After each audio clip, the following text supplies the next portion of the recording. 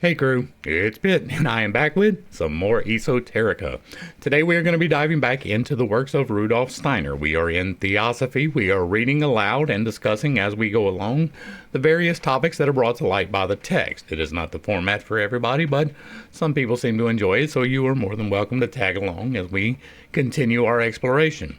But before we begin, if you are unfamiliar with me, any of my unconventional beliefs, or if at any point in time I lose you in the sauce, there are several playlists linked in the corner up here, in the box down below, along with the original source text, so that you can understand where I am coming from. I have done a fairly good explanation of where I stand and why I stand there in these various playlists.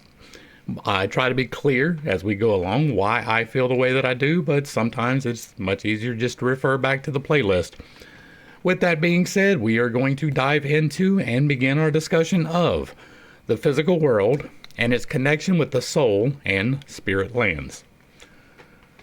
The formations of the soul world and the spirit land cannot be the objects of external sense perception. The objects of this perception are to be added to the two already described as a third world.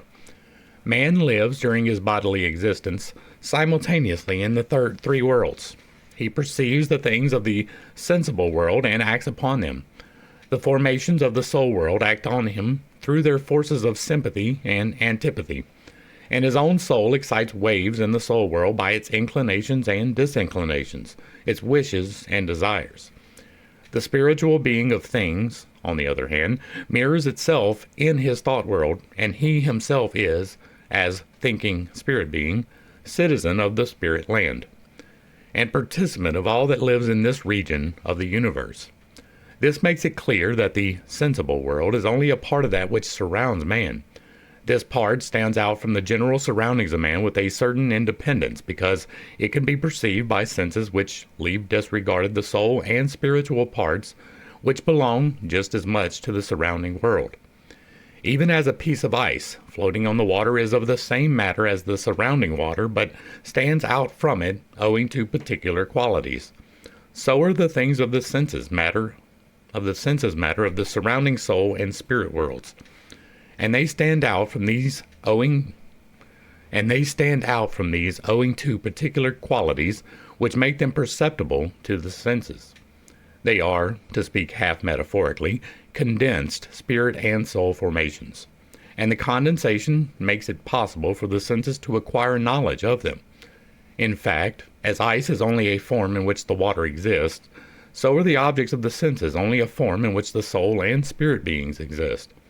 If one has grasped this, one can also understand that as water can pass over into ice, so the spirit world can pass over into the soul world, and the latter into that of the senses. Looking at the matter from this point of view leads us to the reason why man can form thoughts about the things of the senses.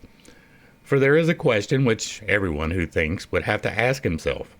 Namely, in what relation does the thought which a man has about a stone stand to the stone itself?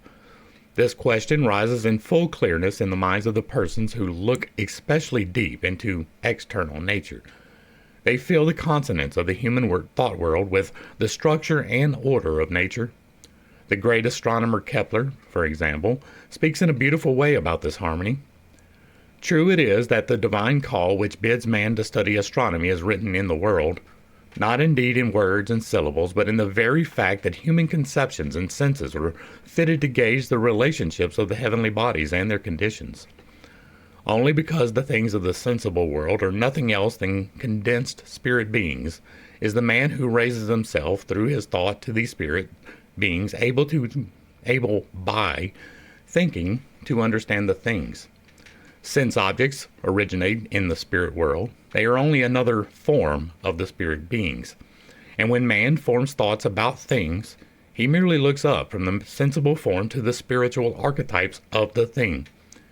To understand an object by means of thought is a process which can be likened to that by which a solid body is first liquefied by fire in order that the chemist may be able to examine it in its liquid form. The spiritual archetypes of the sensible world are to be found in, we've already covered that I believe, in the different regions of the spirit land. In the 5th, 6th, and 7th regions, these archetypes remain in the condition of the living germ points. In the lower 4 regions, they shape themselves into spiritual formations. The human spirit perceives a shadowy reflection of these spiritual formations when, by thinking, he tries to gain understanding of the things of the senses. How these formations have condensed until they form the sensible world is a question for him who strives towards a spiritual understanding of the world around him.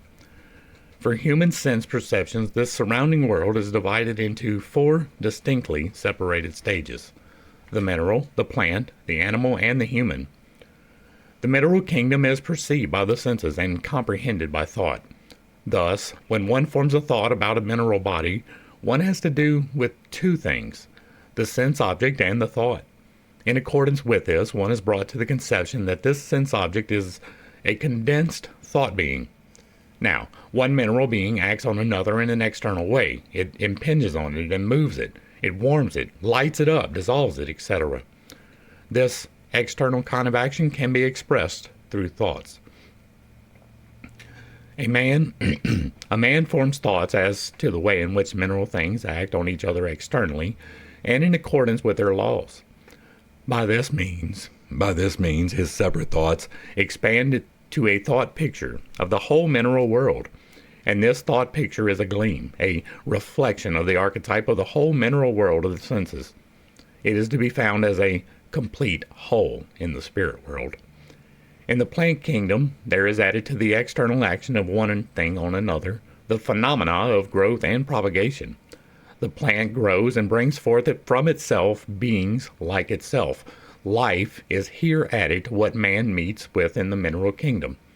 A simple recollection of this fact leads to an expression which is enlightening in this connection.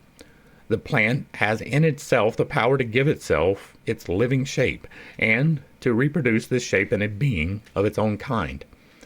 And in between the shapeless kinds of mineral matter, as we meet them in gases, liquids, etc., and the living shape of the plant world, stand the forms of the crystal.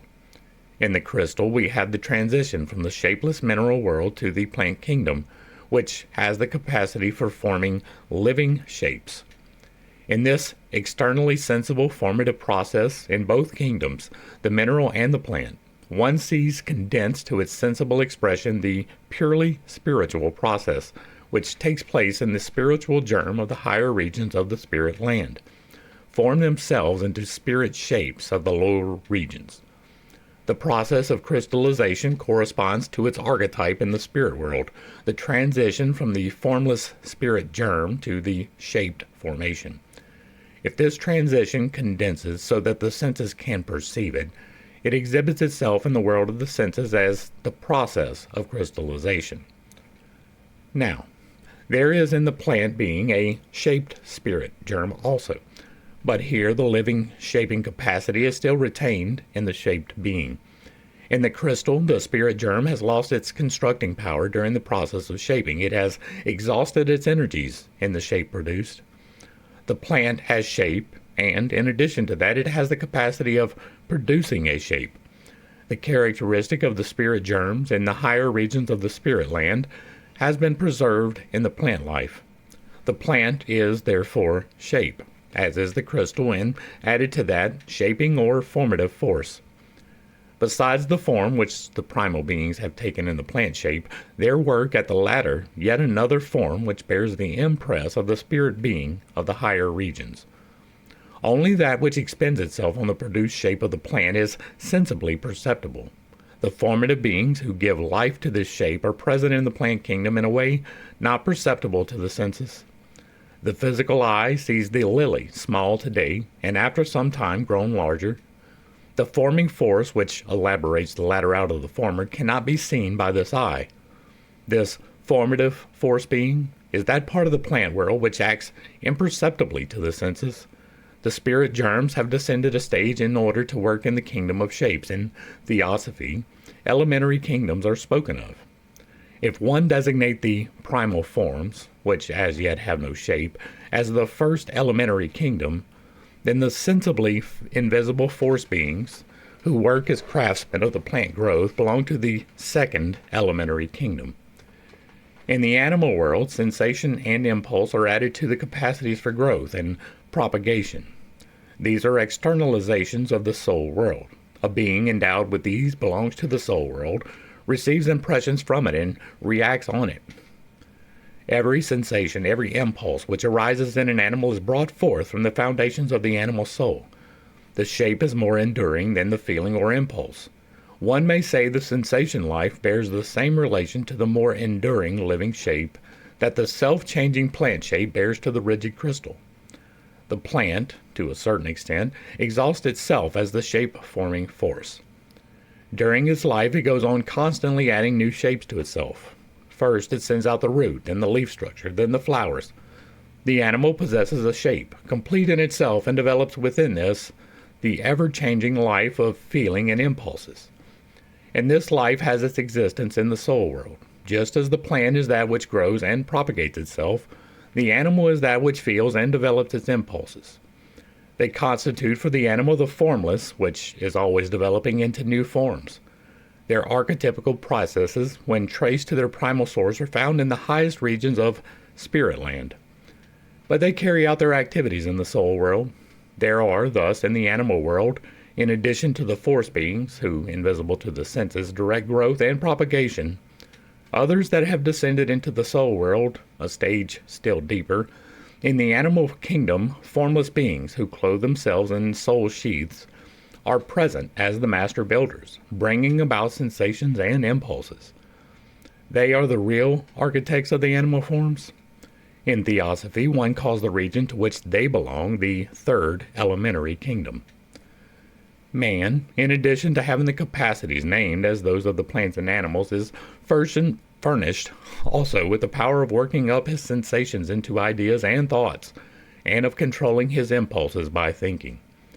The thought which appears in the plant as shape and in the animal as soul force makes its appearance in him in its own form as thought itself. The animal is soul, man is spirit.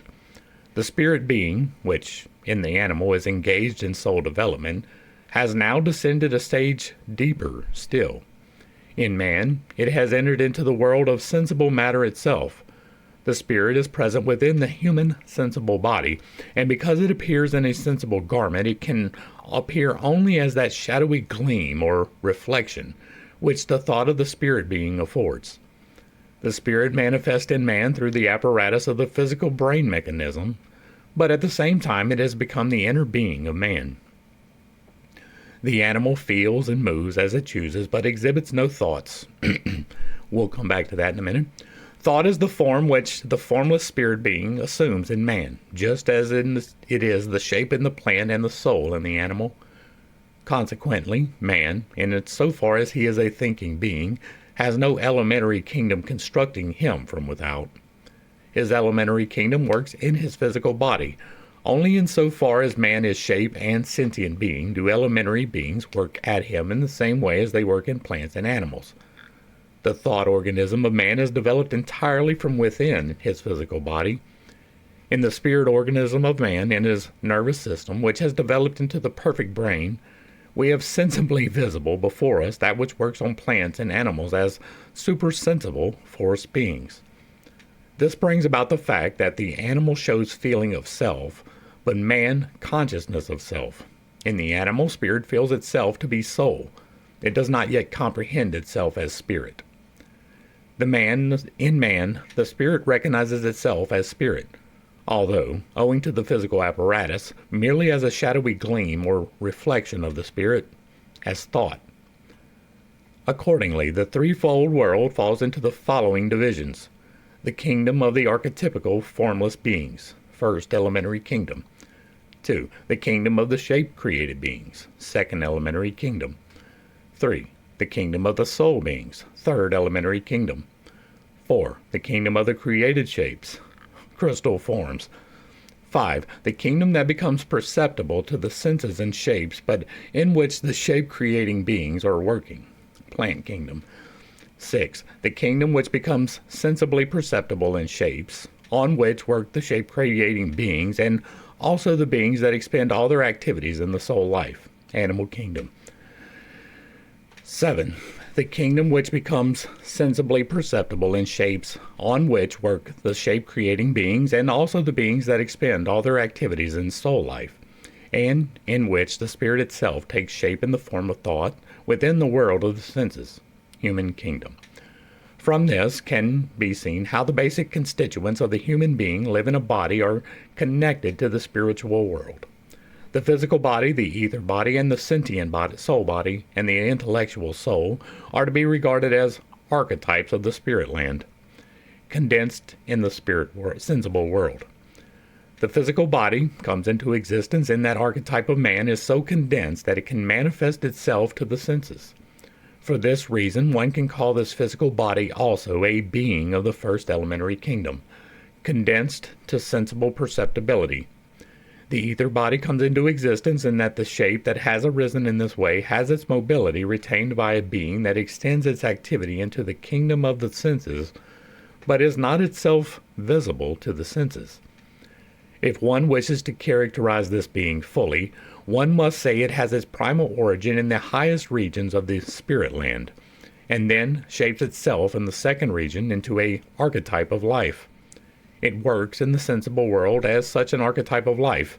In a similar way, the being that constructs the sentient soul body has its origin in the highest regions of the spirit land, forms itself in the third region of the same into the archetype of the soul world, and works as such in the sensible world. But the intellectual soul is formed in that the archetype of thinking man shapes itself in the fourth region of the spirit land into thought, and as such acts directly as thinking human beings within the world of senses. Thus, man stands within the world of the senses. Thus works the spirit on his physical body, on his ether body, and on his sentient soul body. Thus comes this spirit into manifestation in the intellectual soul. Archetypes in the form of beings who, in a certain sense, are external to man work upon the three lower components of his being. In his intellectual soul, he himself becomes a conscious worker on himself. The beings working on his physical body are the same as those who form the mineral nature. On his ether body work beings living in the plant kingdom. On his sentient soul body work beings who live in the animal kingdom, imperceptible by the senses, but who extend their activity into these kingdoms. Thus do the different worlds combine in action. The universe in which a man lives is the expression of this combined activity. When a person has thoroughly grasped this view of the sensible world, he gains also an understanding of beings of another kind than those that have their existence in the above-mentioned four kingdoms of nature. One example of such beings is what one calls the folk spirit or national spirit. This being does not manifest himself directly in a sensible, perceptible way. He lives and carries on in his activities entirely in the sensations, feelings, tendencies, etc., which one observes as those common to a whole nation. He is, therefore, a being that does not incarnate physically, but forms his body out of the matter of the soul world, even as man forms his body out of the sensibly visible matter. This soul body of the national spirit is like a cloud in which the members of a nation live. The effects of his activity come into evidence in the souls of the human beings being concerned, but he does not originate in these souls themselves. The national spirit remains merely a shadowy conception of the mind without being or life, an empty abstraction, to him who does not picture it in this way. And the same may be said in reference to what one calls the spirit of the age, zeitgeist. The spiritual outlook, in fact, is through this extended over a variety of other beings, both lower and higher, who live in the environment of man without his being able to perceive them with his bodily senses. But those who have powers of spiritual sight perceive such beings and can describe them. To the lower kinds belong those designated by the spiritual investigator as salamanders, sylphs, undines, and gnomes. It is quite to be understood that anyone who is inclined to admit the validity of physical vision only regards such beings as the offsprings of a wild hallucination and superstition. They can, of course, never become visible to the physical eye, for they have no physical bodies. The superstition does not consist in regarding such beings as real, but in believing that they appear in a way perceptible to the physical senses. Beings with such forms cooperate in the building of the world, and one comes into connection with them as soon as one enters the higher regions closed to the bodily senses. Mention must also be made of those beings who do not descend to the soul world, but whose vestment is composed of the formations of the spirit land alone. Man perceives them and becomes their companion when he opens his spiritual eye and spiritual ear to them. Many things at which without these organs man can only gaze uncomprehendingly become, when he has brought them into use, understandable to him. It becomes bright around him. He sees the primal causes of that which is working itself out as effects in the world of the senses. He comprehends what he either denied entirely when he had no spiritual eye, or in reference to which he had to content himself with saying, "There are more things in heaven and earth than are dreamed of in thy philosophy."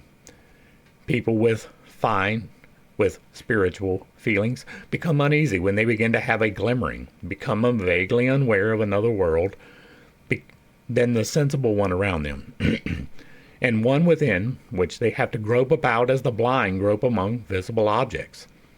Nothing but the clear vision of these higher regions of existence and a thorough understanding and penetration of what takes place in them can really fortify a man and lead him to his proper goal. Only through insight into that which is hidden from the senses does a human being understand the world and himself. Okay, I held off on my comments because this is something that we talk about quite often. I have a theory. Right? It may not be correct, but it is my theory, and I hold to it, and it seems to be correct, so I'm going to stick to it. And it is close to this, but not quite this. I think that this was the beginnings of understandings of things, and maybe it could have used a little more research before they put it into paper, but I believe that there is a process of spiritual evolution. Now, this may be too much for you, but I believe that the first plane of existence is the simply elemental. By that I mean the singular atom of carbon, the singular atom of hydrogen, the single atom of oxygen. They exist. They are there. They have no capacity to increase themselves. Now, they can be formed together. You can make H2O. You can make CO2. You can make whatever combination of these things, but they don't really do that on their own. They just kind of float around and happen to be attracted to each other and happen to form. Or you can believe that there is something out there shaping these things. I'm not opposed to that at all. I believe that is the creative power of God himself, the 8th level of existence, not any salamanders. But that is the first primal state of existence. I believe that it is a state of existence and that there is a carbon atom out there trying to be the very best carbon atom that it can possibly be. It's not hard. You don't have any temptations. There is no outside influences that really make you fail at that. The next stage of existence is the second, right? That is plants. That's the way I look at it. It is the 2D form of existence. It goes from the being just merely the point to being a line. The plant grows. It grows up. It grows out a little bit. It can spread its branches and stuff, but it can't get up and move over there. It has no concept of depth, but it does of height, right? It grows up, but it can't move itself. It has no volition. It cannot make decisions. It is merely existing once again, but it has incorporated the first singular point of existence within itself and become two. The next step of existence, in my opinion, is the third, and that would be animals. But not all the animals. Some animals are different than other animals, right? Some animals don't think at all. They have no concept of thought. There is no training them. There is no anticipation in them. There is no thought of the future. They have incorporated both the first and the second into themselves, and they get bigger, right? They grow, but they can also decide, hey, it's hot right here. I'm going to go lay in the shade, or damn, I'm thirsty. I'm going to go get some water. That is the basic rudiments of thought, but it's not really thought, right? You're not making conscious decisions. You're following instinct. And then you have some other animals, right? These animals can be trained. They have thoughts. They have anticipation of things. They have the concept of this might happen later. They can't really plan too far ahead. They can't go and build a house, but they can build dens, right? They exist in the fourth realm.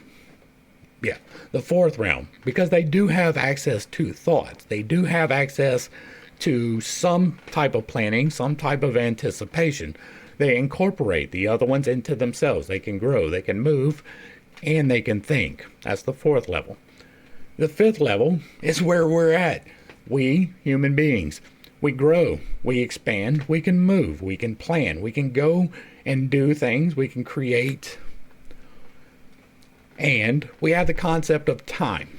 Now, animals have a very basic rudimentary concept of time. It is day, it is night. There is a treat after this walk, right?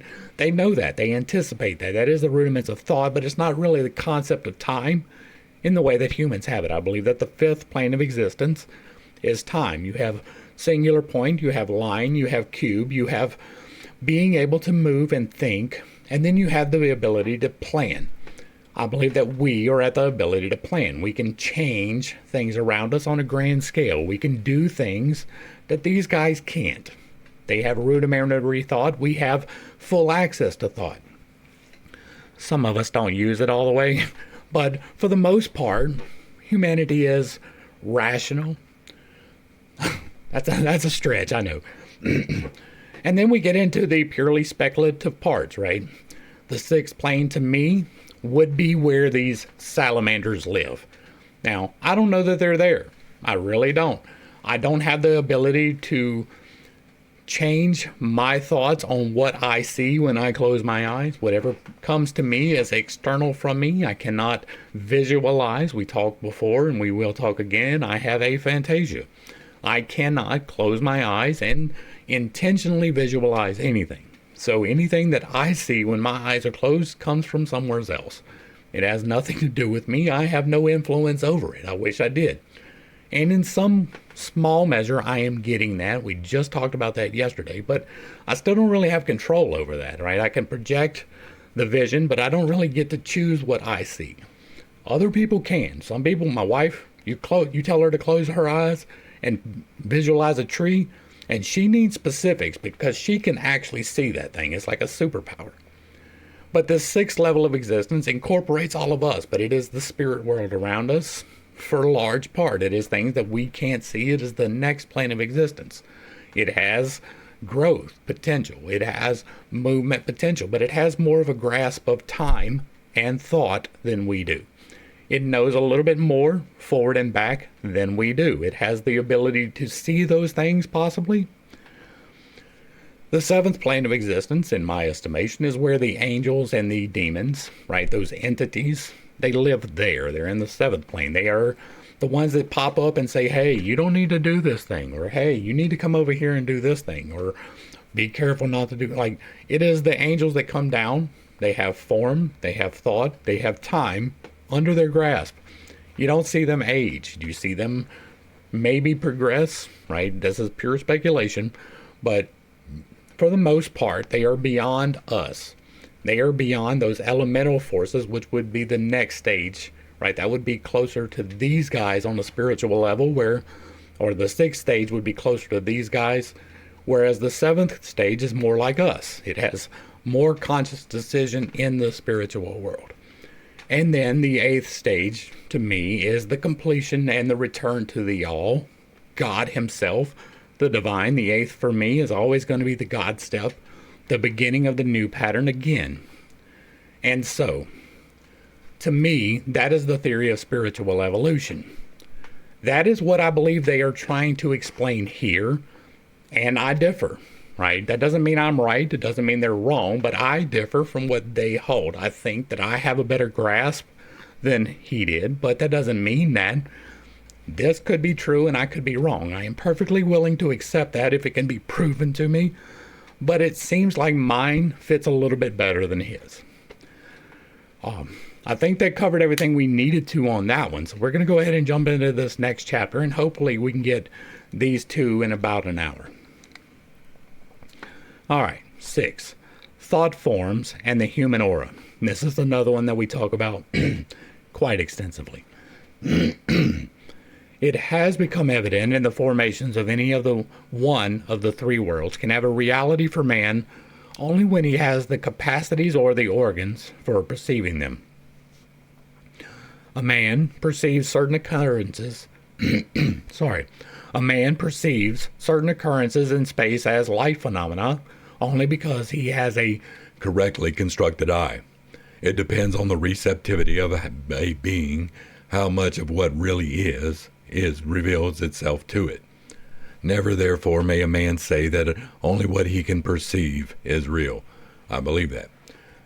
There can be much that is real, for the perception of which he has no organs. This climate, like the seasons are changing, and it is really messing with my sinuses and stuff, so it's really hard for me to maintain my voice at one level. It's annoying me just a little bit today.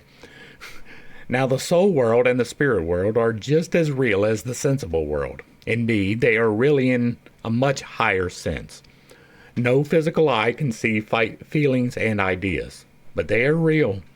And a man, by means of his outer senses, has the corporal world before him as an object of perception. So do feelings, impulses, instincts, thoughts, etc., become objects of perception for his spiritual senses. Exactly as occurrences in space can be seen with the sensible eye as color phenomena, the above-named soul and spiritual occurrences can become, by means of the inner senses, perceptions, which are analogous to the sensible color phenomena. To understand perfectly in what way this is meant is only possible for one who has trod the path of knowledge described in the following chapter and has thereby developed his inner senses.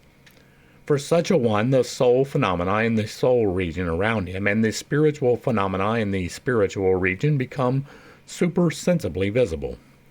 For him, feelings ray out from the feeling being as light phenomena. Thoughts surge through the spiritual space.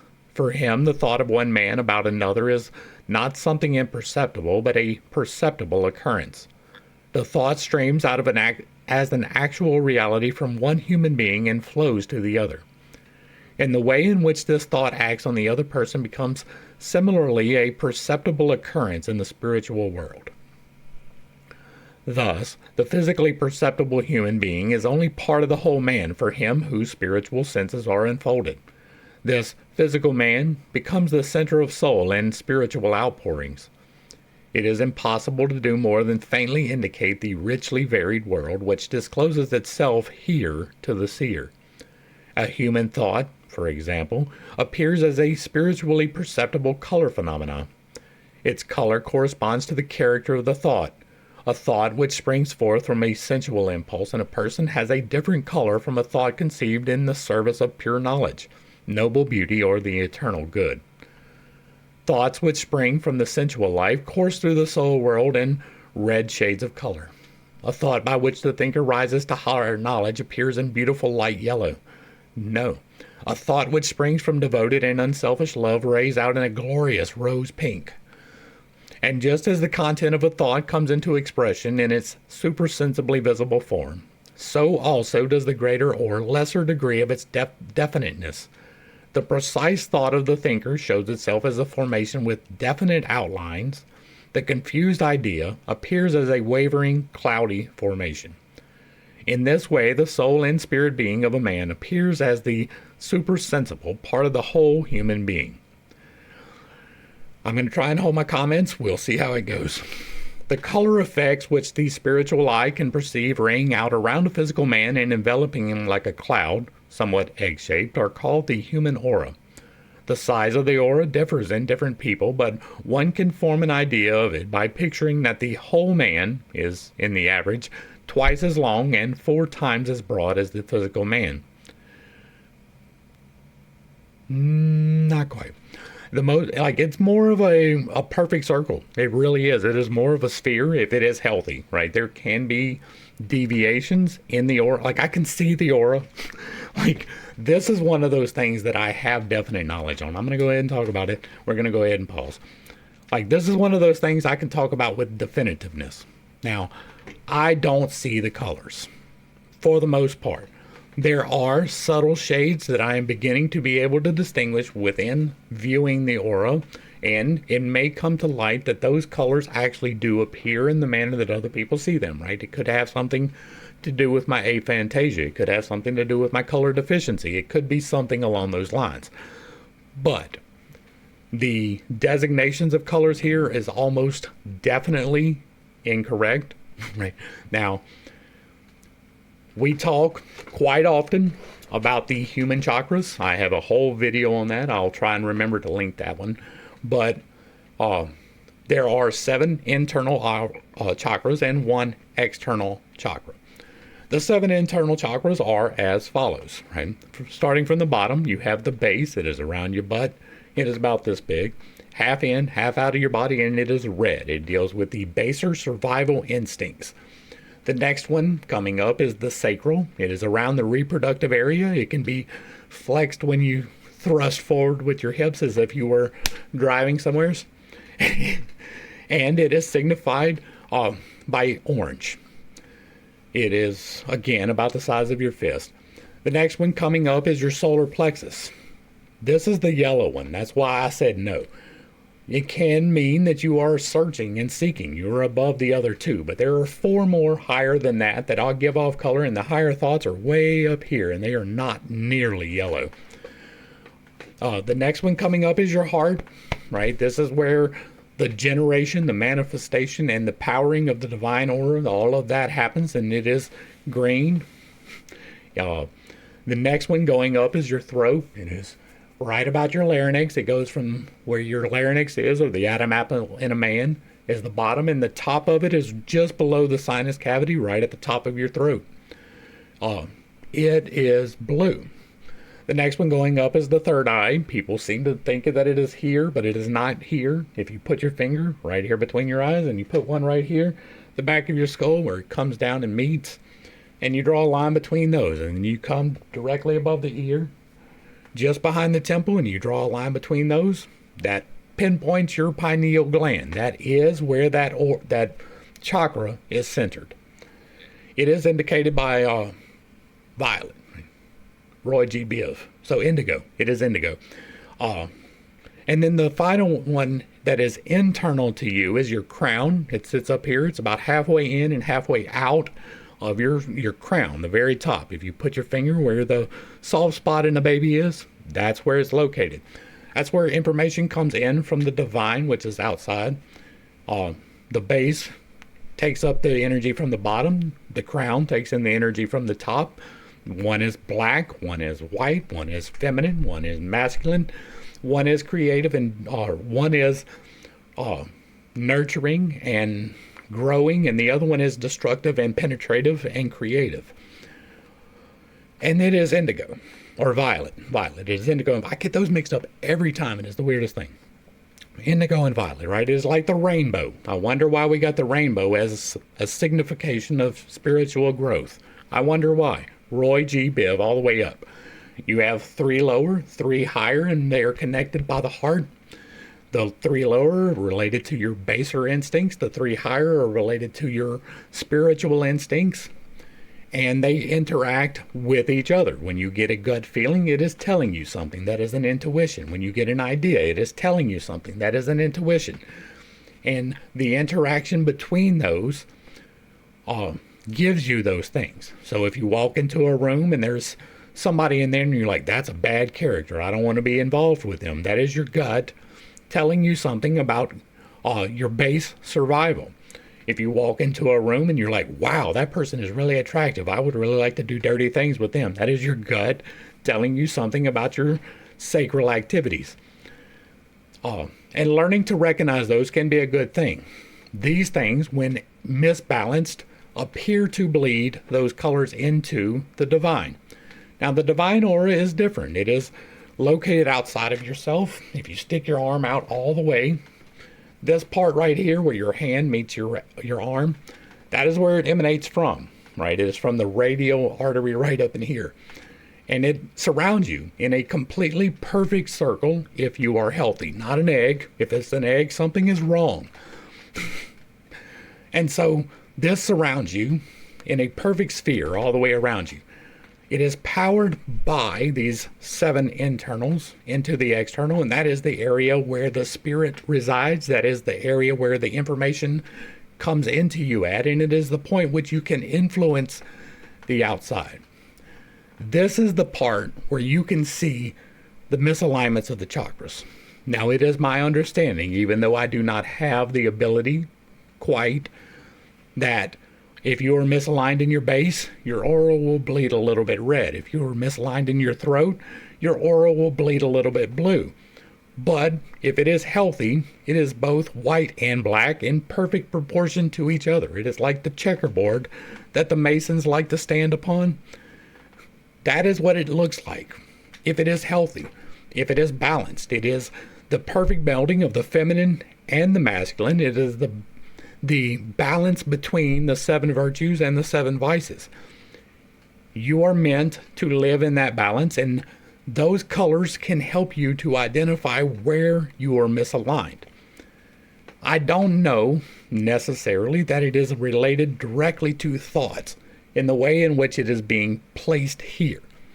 Yes, your thoughts will have something to do with it, but the thoughts are more manifested from the chakra than into the chakra, if you are not being intentional, right? A misalignment in your heart will bleed out green, but the reason for it is less about your thoughts than about the external things acting upon you, unless you are in control of that. You can indeed take control of that. You can indeed influence that. I am receiving a little bit more of the necessary information to be able to do that myself. I can see the subtle energies, right? That's why I can talk about this part with a little bit of authority. Now, the colors are still a little bit behind me, right, or beyond me. I can see vaguely now the emanations as they are, but this is some of the thing that you have to take the time to invest in, right? You have to spend the discipline in order to see the auras in the correct way. Most people can't do it. The way that I do it is by internalizing my perceptions. What does that mean? This is not like self-reflection, right? This is, if you remember several years ago, a couple of decades even, there was a big craze going around for 3D pictures. And there are 2 ways of looking at those 3D pictures. Some people put their nose all the way up to it and they slowly back away, and then bam, there's the 3D picture. I do it different. I don't have to do this. I can look at it like this, and I can relax my eyes, and I can kind of pull my perception back into myself just a little bit, and then bam, there's the picture. That is the exact same process for me for seeing the subtle energies. I can relax my eyes, pull my perception back into my third eye from my actual eyes. That's a little bit weird to say, but once you've done it, you will understand exactly what I am talking about. You relax your eyes, you pull it back, and then you can see around people the aura. That is why I talk about it with such authority, is because I can do that, right? I know that I can do that. I can see it around trees, I can see it around grass, I can see it around the dogs, I can see it around people. Not so much around inanimate objects, but maybe I'm just not skilled enough to do something of that nature. So this is both correct and possibly incorrect. Once again, there are different keys for different people. The key that I have may not be the same key that you have, and it may not be the same key that Rudolf had. The key that I am giving you right here is one that works, at least for me. If you would like more information on these type of things, the Infinite Integration playlist is going to be your best friend. I know it can be a little bit long, right? There is a lot to slog through, but that is because when I do these things, I lay the groundwork. We started with the power of perception and intention for a reason. We talk about the various things and the steps as we go along for a reason. All right, back to the text. The most varied tones of color surge in the aura, and this surging is a true picture of the inner life of the man. Single color tones are just as changing, but certain permanent qualities such as talents, habits, traits of character express themselves in the foundation of permanent color tones. I have no experience with that being true. The aura varies greatly according to the different temperaments and dispositions of people. It varies also in accordance with the stages of spiritual development. That I do absolutely have some experience in. A man who yields completely to his animal impulses has an entirely different aura from one who lives much in the world of thought. That is true. The aura of it, like I can tell by looking at you how far along on your progress you are. Now, that is not like this is the point, right? This is you are either progressing and you are far along, or you're not far along, or you are not getting there at all. I can tell that by the health of your aura. It extends from your hand out. The smallest I have seen was about a foot. The biggest I have seen was probably upwards of 50 feet. I'm not saying that it's not possible to extend farther. I just haven't had the experience of it. I extend almost to 50 feet pretty much myself. And you can feel it when you walk into my aura. I have seen the reaction from people, especially if I'm being intentional about it. In addition to this, all varying moods, all inclinations, joys, and pains find their expression in the aura. Now, this is something that is entirely possible, but again, I don't have the experience of. I can tell your health in your spiritual journey to a certain extent, but I don't have the colors, and this is not part of my experience. I'm hoping that it will be, right? I am putting in the time. I am praying, fasting, and meditating, and putting in the dedication that it takes to learn more. I think that is why I can start to see some of the shadings. One has to compare the auras of different human types with each other in order to learn to understand the meaning of the color tones. I just gave you the key. Take, to begin with, people who have strongly marked passions. They may be divided into two kinds: those who are impelled to these feelings by the animal nature chiefly, and those with whom these passions take a more subtle form, in which they are, so to speak, strongly influenced by thought. In the first kind, a person brown and brown-red streams of color in every shade surge through the aura in definite places. In persons with more subtle passions, there appear in the same places tones of brighter red and green. One can notice that as the intelligence increases, the green tones become more and more abundant. Persons who are very intelligent but who quite give themselves over to the satisfying of their animal impulses have much green in their aura. But this green will always have more or less of an admixture of brown or brownish red. Unintelligent people show a great part through their aura coursed through by brownish red or even dark blood red streams. The auras of quiet, deliberate, thoughtful people are essentially different from those of such passionate natures. The brownish and reddish tones become less prominent and different shades of green come out. With thoughtful natures, the aura shows a pleasing green undertone. This is, to an especial degree, the appearance of those natures of whom one can say they know how to adapt themselves to every condition of life. Blue tones of color appear in natures full of devotion. The more a man places himself in the service of a thing, the more pronounced become the blue shades. Blue, indigo, and violet. In this class, also, one finds two quite different kinds of people.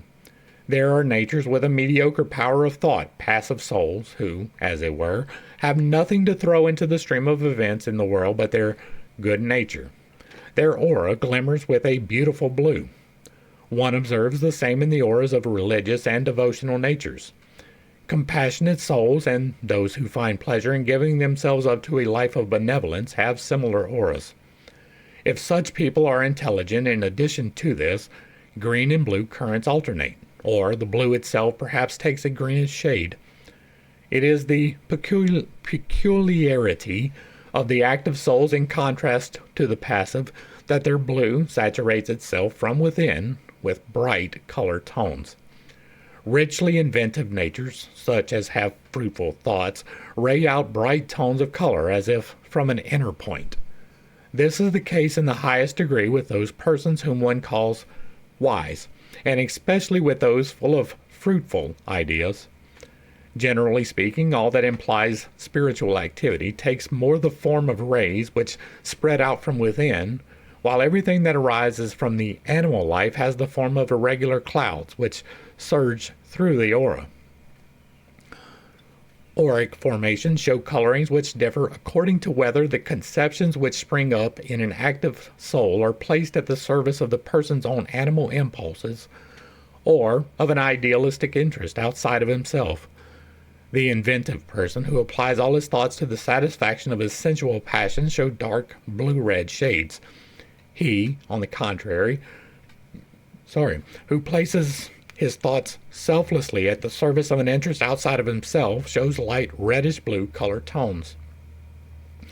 A spiritual life, combined with noble devotion and capacity for sacrifice, shows rose-pink or light violet colors. Not only does the fundamental disposition of the soul show its color surgings in the aura, but also transient passions, moods, and other inner experiences. An anger that breaks out suddenly creates red streams. That is probably true. Feelings of injured dignity which expend themselves up in a sudden welling can be seen appearing in dark green clouds, which would be the bottom half of the heart in yourself. Color phenomena, however, do not appear only as irregular cloud forms, but also in distinctly defined, regularly shaped figures. A fit of terror, for example, shows the aura line from top to bottom with undulating stripes of blue color, suffused with a reddish shimmer. In a person who expects with anxiety some particular event, one can see continuous red-blue stripes like rays streaming from within the aura to the circumference. Every sensation which man receives from without can be observed by one who has developed a faculty of exact spiritual perception. Persons who are greatly excited by every external impression show a continuous flickering of small reddish spots and flecks in the aura. In people who do not feel intensely, these flecks have an orange, yellow, or even a beautiful yellow coloring. That's a little bit farther up the track, right? So-called absent-minded people show bluish flecks more or less changing in form. A highly developed spiritual seer can distinguish three species of color phenomena within the aura, radiating and surging round a man. First, there are the colors which bear more or less the character of opaqueness and dullness, although if we compare them with those that our physical eyes see, they appear in comparison fugitive and transparent. But within the supersensible world itself, they make the space which they fill comparatively opaque. They fill it like mist forms. The second species of colors consist of those which are, as it were, light itself. They light up the space which they fill so that it becomes itself, through them, a shining or lighted space. The third kind of color phenomena is quite different from these two. They have a raying, sparkling, glittering character. They fill space not merely with light, but with glistening, glittering rays. There is something active and inherently mobile in these colors. The others are somewhat quiet and lack brilliance. These, on the contrary, continuously produce themselves out of themselves, as it were. By the two first species of colors, the space is filled up with a subtle fluid which remains quietly in it. By the third, it is filled with life, ever inflaming itself anew with never-resting activity. Now, these three species of colors are not ranged, as it were, strictly alongside each other in the human aura. They are not enclosed in a separate section of space. On the contrary, they interpenetrate and suffuse each other in the most varied ways. One can see all three species playing through each other in one region of the aura, just as one can simultaneously hear and see a physical body such as a bell. The aura, thereby becomes an exceedingly complicated phenomenon, for one has, as it were, to do with the three auras within each other and interpenetrating each other. One can, however, overcome the difficulty by directing one's attention to the three species alternately. One then does in the supersensible world something similar to what one does in the sensible. For example, when one closes one's eyes in order to give oneself up fully to the impression of a piece of music, the seer has, as it were, three different organs for the three species of colors. And in order to observe undisturbed, he can open or close to impressions any one of the organs. As a rule, only the one kind of organ can at first be developed by a seer, namely for the first kind of colors. A person at this stage can only see the one aura. That might be where I'm at. The other two remain invisible to him. In the same way, a person may be accessible to impressions from the two first, but not the third. The higher stage of the gift of seeing consists in the person being able to see all three auras and, for the purpose of study, to direct his attention to the one or the other. The threefold aura is the supersensibly visible expression of the being of man. The three members, body, soul, and spirit, come into expression in it. The first aura is a mirror of the influence which the body exercises on the soul of man. The second signifies the life of the soul itself, the soul that has raised itself above what affects the senses directly, but is not yet devoted to the service of the eternal. The third mirrors the lordship which the eternal spirit has won over the transitory man. When descriptions of the auras are given, as here, it must be emphasized that these things are not only difficult to observe, but above all, difficult to describe. No one, therefore, should see in a description like this anything more than a stimulus to thought. The seer, therefore, can judge the stage of development of a person by the nature of his aura. We just talked about that. When an undeveloped person approaches him, one who has given up entirely to his impulses, passions, and the momentary external incitements, he sees the first aura in the loudest colors. The second, on the contrary, is only slightly developed. He sees in it only scantly color formations, while the third is barely indicated. Only here and there a small glittering spark of color shows itself, indicating that even in this human being, the eternal already lives as a germ, but that it will require a long course of evolution, extending over many incarnations, before it can gain a predominating influence on the outer life of its bearer. I don't know about all that. I think that you can achieve that without having to go through multiple. It can be exceedingly difficult, but I do not believe that it is impossible. The more a man puts from him his lower impulses, the less obtrusive becomes the first part of the aura. The second part grows larger and larger, filling the color body within which the physical man lives, ever more and more completely with its illumining force. And highly developed persons, servants of the eternal, show the wonderful third aura, that part which bears witness how far the spiritual being has become a citizen of the spiritual world.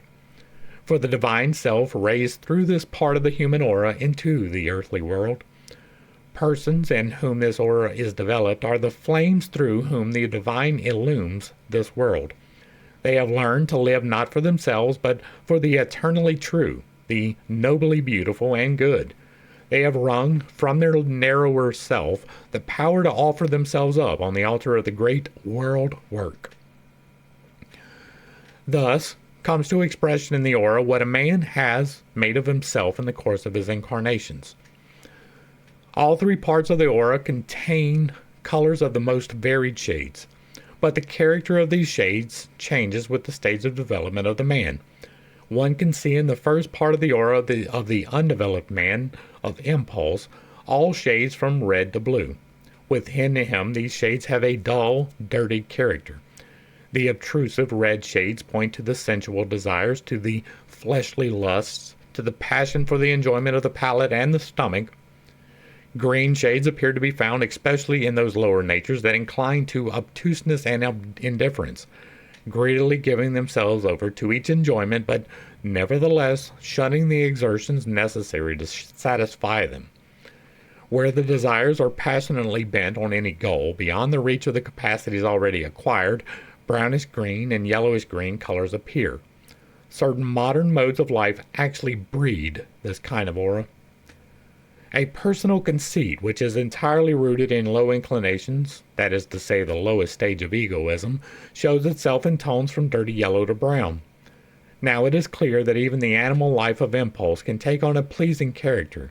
There is a purely natural capacity for self-sacrifice, a high form of which is to be found in the animal kingdom. This development of an animal impulse finds its most beautiful consummation in the natural mother love. These Selfish natural impulses come to expression in the first aura in light reddish to rose red shades of color. I don't believe that. Cowardly fear and timidity in the face of external show themselves in the aura in brown blue and gray blue colors. The second aura also shows the most varied grades of colors. Brown and orange colored formations point to strongly developed conceit. Pride and ambition. Inquisitiveness also announces its presence through red-yellow flecks. A bright yellow mirrors clear thinking and intelligence. Green expresses understanding of life and the world. Children who learn easily have much green in this part of their aura. A green-yellow in the second aura seems to betoken a good memory. Rose red indicates a well-meaning, affectionate nature. Blue is the sign of piety. The more piety approaches to religious fervor, the more does blue pass into violet. That would make sense.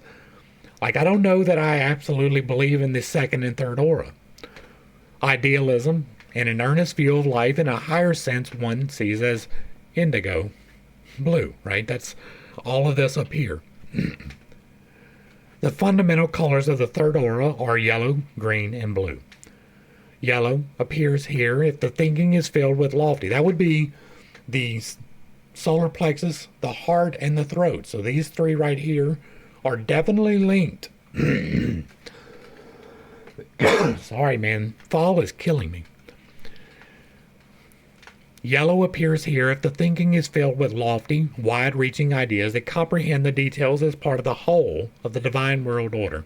Now, yellow indicates the stomach, and so that would be feeding that. If the thinking is intuitive and is also completely purified of all conceptions springing from the world of senses, the yellow has a golden brilliance.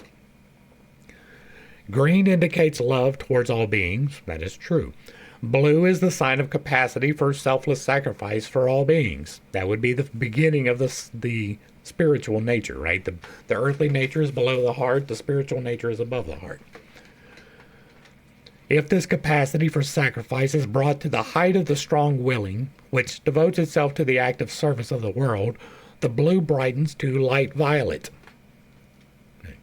If pride and if pride and desire for honor, as last remnants of personal egoism, are still present in a more highly developed person, there appear beside the yellow shades others verging on orange, that is going down. It must, however, be remarked that in this part of the aura, the colors are very different from the shades one is accustomed to see in the world of the senses.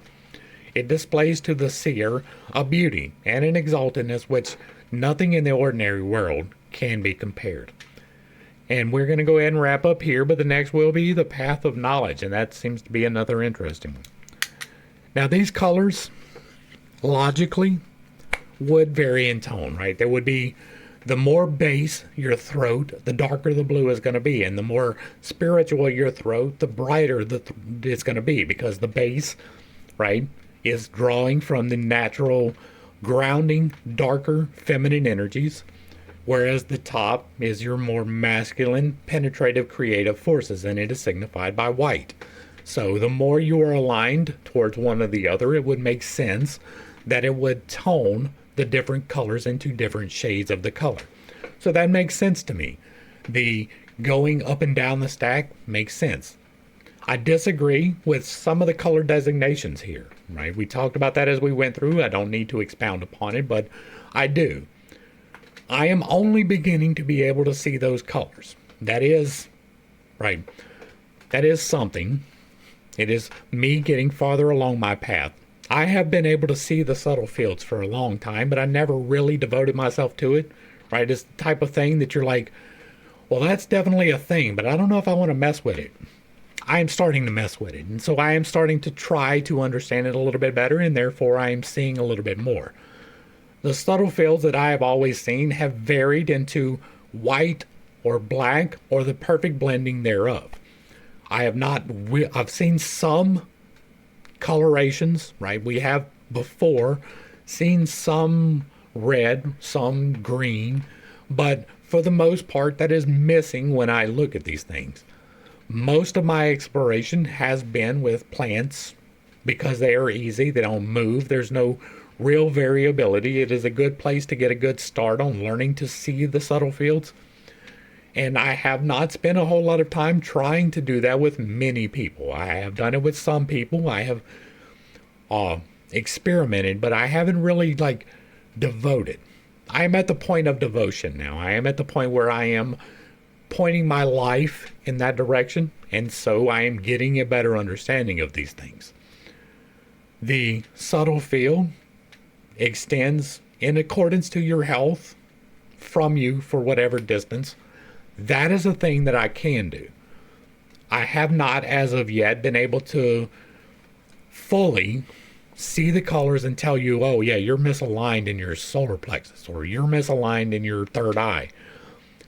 We can do that through talking and finding out your type, which is part of the Infinite Integrations playlist for a reason, because what the particulars of it for you is going to be the different possibly from me. There are 32 different types of thought processes. How you focus your thoughts and what information you're interested in makes a difference.